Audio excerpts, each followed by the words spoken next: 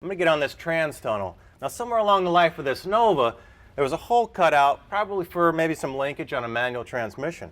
Well, the owner wants to run an automatic, maybe a 700 R4, something with an overdrive. So instead of working with some of the, patches that were already in here, you better just go ahead and clean it up. So I've plasmed out, at least some straight edges. I can get rid of this thing. Now I got something better to work with.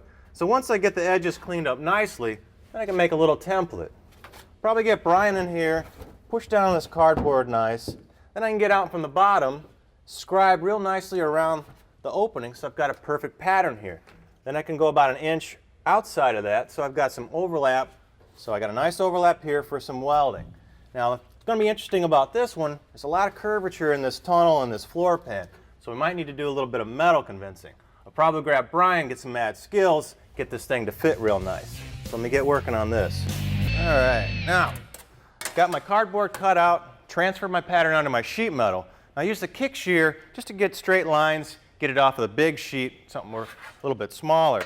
Now you can see I left 1 inch around the outsides, but I got to cut the corners off. So the hand shear is great for doing all kinds of small sheet metal work. Saves you a lot of grinding wheels, a lot of cramped hands with the shears. So an easy trick is I'll cut the corners off so that metal doesn't kind of bind up as I'm working it. So once I cut the corner off, then I can start making a little radius. So I'm going to finish working this piece. Next thing you know, I'll be ready to start shaping it on that tunnel. So we're going to take a break. We'll see you back here in a little bit. All right. Well, you can see I'm starting to get some shape in this panel. You can see I'm working my way from the bottom up. I'm getting the up curve, kind of getting some clicos in, which is nice. Then I can kind of get up here and really work it and start folding it around the top side. Now you can see I got my Sharpie, kind of made my radius. That was nice. I can flip the panel over, actually use whatever shape is around to get the right curvature. So if I get my center line of radius here, I know how to bend it, where to shape it, just keep working it.